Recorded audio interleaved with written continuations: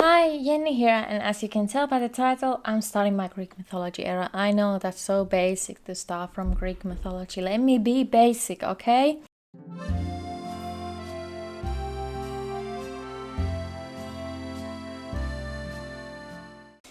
So I was watching all these videos related to Greek mythology and about the books that you should read to get started, and I settled on a few.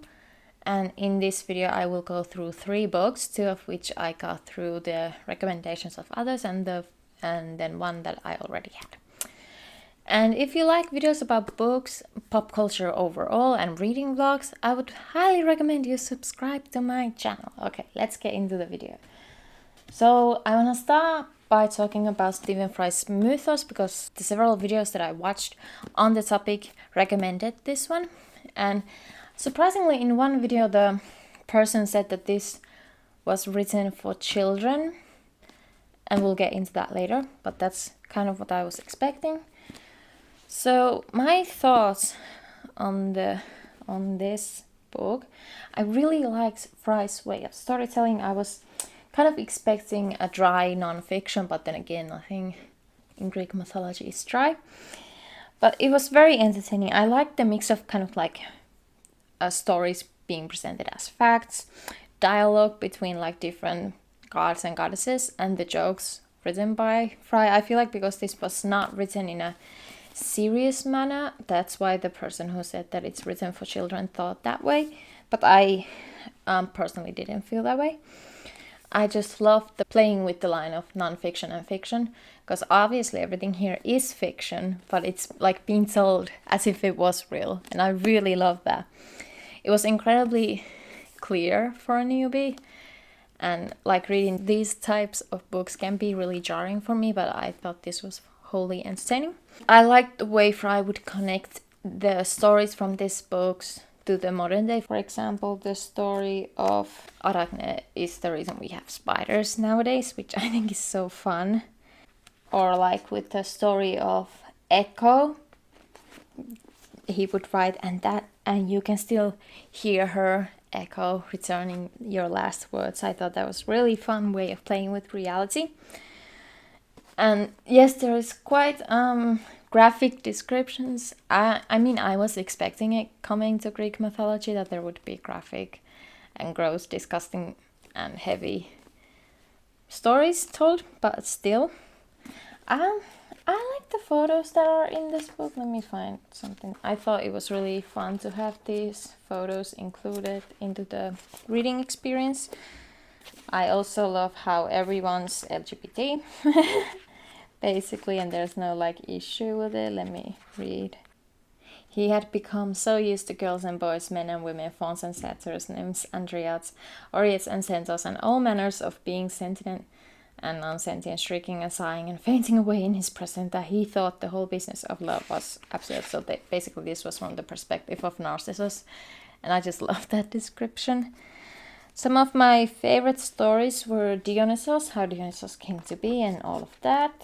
Procne and Philomela, it was quite graphic and disgusting, but I don't know, I thought it was written well here. I also, as mentioned, Narcissus and Echo.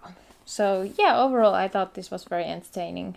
It took me a while to get through this, but still I feel like I got a very good basic introduction to everything. And then we have The Goddess of Buttercups and Daisies by Martin Miller. This is one of my favorite books. I've read this a couple of times now. I didn't reread it for this vlog, so maybe my opinion has changed since reading it. I even wrote a short 3-poem collection inspired by this. Basically, it tells the story set in ancient Athens, where playwright Aristophanes is trying to finish his new masterpiece and trying to get it to played in front of everyone, but he doesn't really have resources.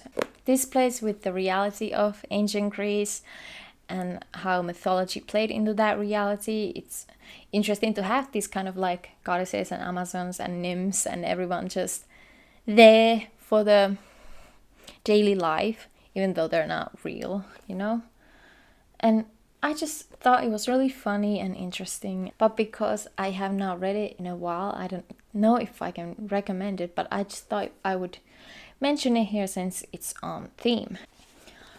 Then we have The Silence of the Girls by Pat Barker. Basically, this tells the story of Briseis, who is a bed slave to Achilles after Achilles kills her family.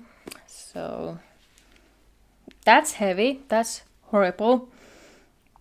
It's very upsetting to read, it's heavy, it's very graphic, and basically, you know, it's the perspective of the Trojan War from the women of Troy. And I was stunned after like reading 100 pages of this, and it was revealed that she was only 19.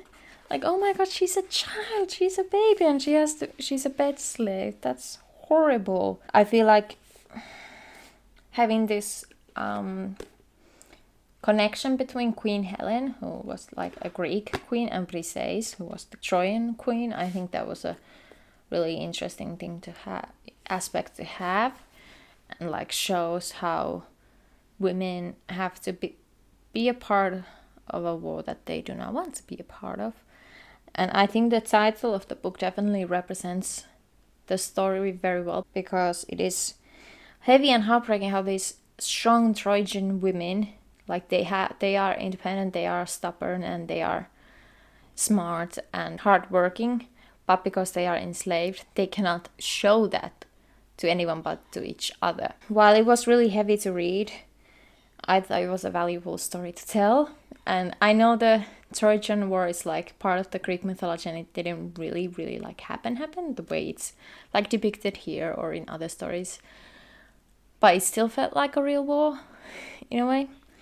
And I feel like it was good to hear the Trojan side rather than only hearing the heroes of Greece and how amazing they are, but you actually see the hurt and the pain of the Trojan. And I'm not saying that the Trojans are presented as innocent victims here. No, they are not. It kind of gives a multifaceted perspective about the war, the Trojan War, in this book.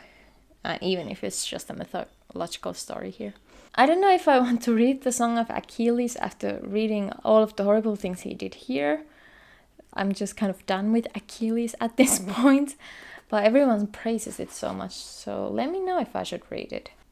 So these are the 3 Greek mythology books that I have currently read. My next stop is Ariadne, Women of Troy, the continuation of Silence of the Girls.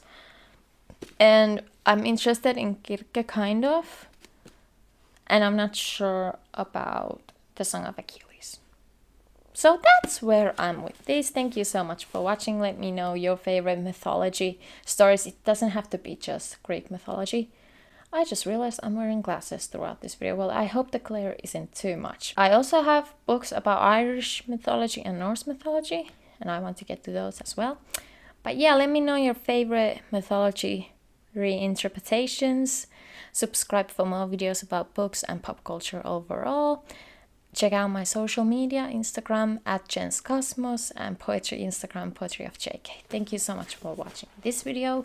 Bye!